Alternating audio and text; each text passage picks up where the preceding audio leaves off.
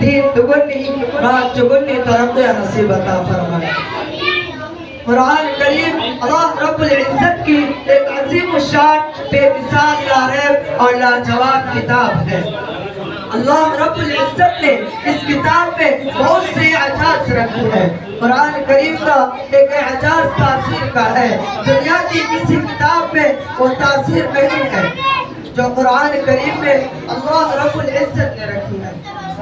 ایسی تاثیر رکھی ہے کہ جنہوں نے قرآن سنا اللہ رب العزت نے بہت سارے لوگ مسلمان ہو گئے۔ عقیدہ اور مذہب ایک ایسی چیز ہے چاہے انسان و باطل پر بھی کیوں نہ ہو کہ وہ عقیدہ کو اتنی آسانی سے نہیں چھوڑتا، لیکن اللہ نے قرآن میں ایسی تاثیر رکھی ہے کہ جنہوں نے قرآن سنا اللہ رب العزت نے ان کی دل کی کایا پلٹ دی اور انہیں ہدایت کی دولت سے مالا مال کر دیا۔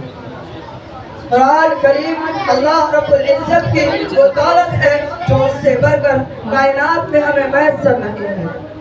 کلام اللہ اللہ پاک کی بات جسے خود اللہ رب العزت نے تلاوت فرمایا ہے، حدیث پاک میں ہے هذا کلام اللہ وقد خرج منه، یہ اللہ کی بات ہے اور اللہ سے آئی تو اللہ رب العزت کی بات ہے۔ تو اللہ رب العزت کی بات میں ہیبت اور جلال ضرور ہے، تو کلام اللہ میں اتنا جلال ہے کہ اگر حضور پاک صلی اللہ علیہ وسلم پر نہیں اترتا، پہاڑ پر اترتا تو پہاڑ ٹکڑا ٹکڑا ہو جاتا۔ وجہ یہ ہے کہ نبی پاک صلی اللہ علیہ وسلم کے دل پر آیا اور ہمارے نبی پاک صلی اللہ علیہ وسلم کے سینے میں رب نے وہ طاقت و قوت رکھی ہے۔ سب سے اہم شعبہ ہے، سب سے بنیادی شعبہ ہے، اس لیے مناسب معلوم ہوتا ہے کہ ان سے قرآن اور حفاظ قرآن کی فضیلت کا تذکرہ کیا جائے۔ اللہ رب العزت نے اس امت کو حفظ قرآن کی دولت سے نوازا ہے۔ اس امت کا کوئی فرد قرآن مجید اگر چاہے تو یاد کر سکتا ہے، حفظ کر سکتا ہے۔ قرآن مجید ایک ایسی کتاب ہے جس میں سابقہ تمام آسمانی کتابوں اور صحیفوں کے معتدل مناسب درج ہے۔ یہ کتاب کائنات کے عجیب حقیقی حیات ہے۔ اللہ رب العزت نے اس کتاب کو سب سے اعلیٰ وقفہ قرار دیا، فرمایا ذالک الکتاب لا ریب فیہ، یہی وہ کتاب ہے جس میں کوئی شک و شبہ نہیں۔ یہ لا ریب کتاب ہے۔ کتابیں پہلی بھی نازل ہوئے تھے، توریت اللہ کی کتابیں، زبور اللہ کی کتابیں، انجیل اللہ کی کتابیں، یہ ساری کتابیں کتاب اللہ تھے، لیکن یہ اعجاز صرف قرآن کو حاصل ہوا۔ وہ کتاب اللہ بھی ہے اور کلام اللہ بھی ہے۔ گرامی قدر، توریت نازل ہوئی کتاب کی شکل میں، زبور نازل ہوئی کتاب کی شکل میں، انجیل نازل ہوئی کتاب کی شکل میں۔ اللہ تعالیٰ نے 4 کتابیں نازل فرمائے اور کم و بیش 110 صحیفے نازل فرمائے۔ اللہ تعالیٰ فرماتے ہیں موسیٰ کوہ طور پر آئیے توریت عطا کروں گا، عیسیٰ اپنے معبود خانے میں آئیے انجیل عطا کروں گا، داؤد اپنے معبود خانے میں تشریف لائیے زبور عطا کروں گا۔ توریت، زبور، انجیل یہ کتابیں بکھر کر آئی، کتاب کی شکل میں آئی اور بکھر گئی، لیکن قرآن بکھر کر آیا اور ایسا جڑا کہ قیامت تو آ سکتی ہے، اسے کوئی توڑ نہیں سکتا۔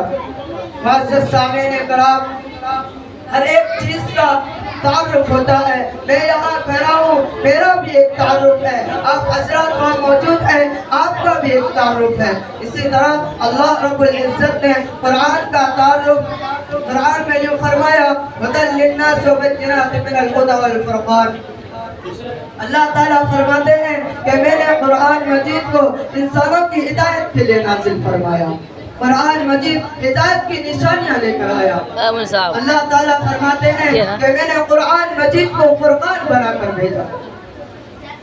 سامعین کرام، قرآن مجید کے بارے میں اللہ تعالیٰ فرماتے ہیں کہ اگر ہم اسے پہاڑ پر اتارتے تو پہاڑ دیکھ لیتا، پہاڑ اللہ کے خوف سے دب کر پھٹ جاتا۔ قرآن مجید وہ راستہ دکھاتا ہے جو سب سے سیدھا ہے اور ایمان والوں کو خوشخبری سناتا ہے۔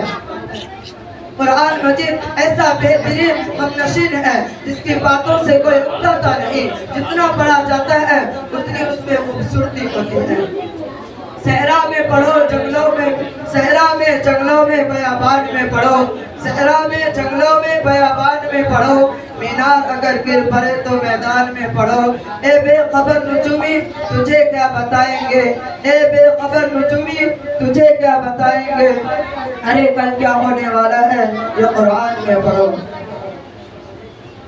محترم سامعین کرام، قرآن مجید ایک ایسی کتاب ہے، قرآن مجید انسانوں کے لیے دستور حیات ہے، قرآن مجید انسانوں کے لیے ضابط حیات ہے، بلکہ پورے انسانیت کے لیے آب حیات ہے۔ قرآن مجید ایک ایسی کتاب ہے جس کو دیکھنا بھی عبادت ہے، جس کو پڑھانا بھی عبادت ہے، جس کو پڑھنا بھی عبادت ہے، اس کو چھونا بھی عبادت ہے، اس کو حفظ کرنا بھی عبادت ہے۔ اللہ تعالیٰ قرآن مجید کی تعلیمات پر ہمیں عمل کرنے کی توفیق عطا فرمائے۔ آمین وآخر دعوانا الحمدللہ رب العالمین۔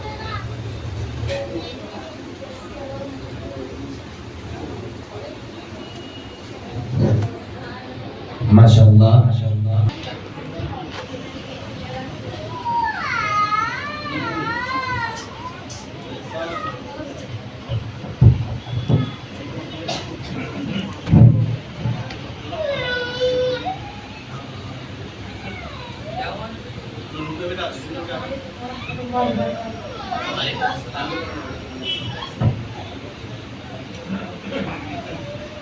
السلام علیکم ورحمۃ اللہ وبرکاتہ۔